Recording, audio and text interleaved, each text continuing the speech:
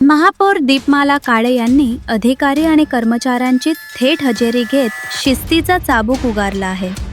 सोमवारी सकाळी 9:15 वाजता महापौर स्वतः महापालिकेच्या प्रवेशद्वारावर ठाण मांडून बसल्या आणि एक कर्मचाऱ्यांची उपस्थिती तपासली.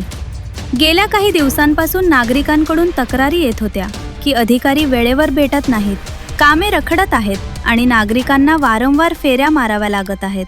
या पार्श्वभूमीवर महापौरांनी अचानक सकाळी 9:50 महापालिकेला भेट दिली. यावेळी अनेक कर्मचारी आपल्या सोयीनुसार कार्यालयात येताना दिसून आले. यावर संतप्त प्रतिक्रिया देत महापौरांनी स्पष्ट शब्दात इशारा दिला. उद्यापासून सकाळी 9:45 वाजेपर्यंत कार्यालयात हजर राहावे. सकाळी 10 नंतर येणाऱ्यांवर कठोर दंडात्मक कारवाई केली जाईल. महापौरांनी अधिकाऱ्यांना तातडीने अधिकृत आदेश काढण्याचे निर्देश दिले आहेत.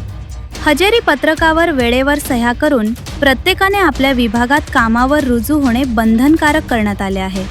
यावेळी महापौरांनी कर्मचाऱ्यांना जाणीव करून दिली की आपण नागरिकांच्या कराच्या पैशातून पगार घेतो, त्यामुळे नागरिकांची सेवा करणे ही आपली जबाबदारी आहे.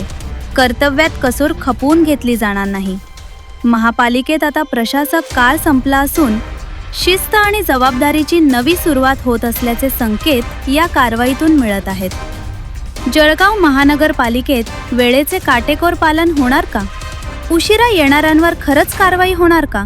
याकडे आता संपूर्ण जळगावकरांचे लक्ष लागले आहे.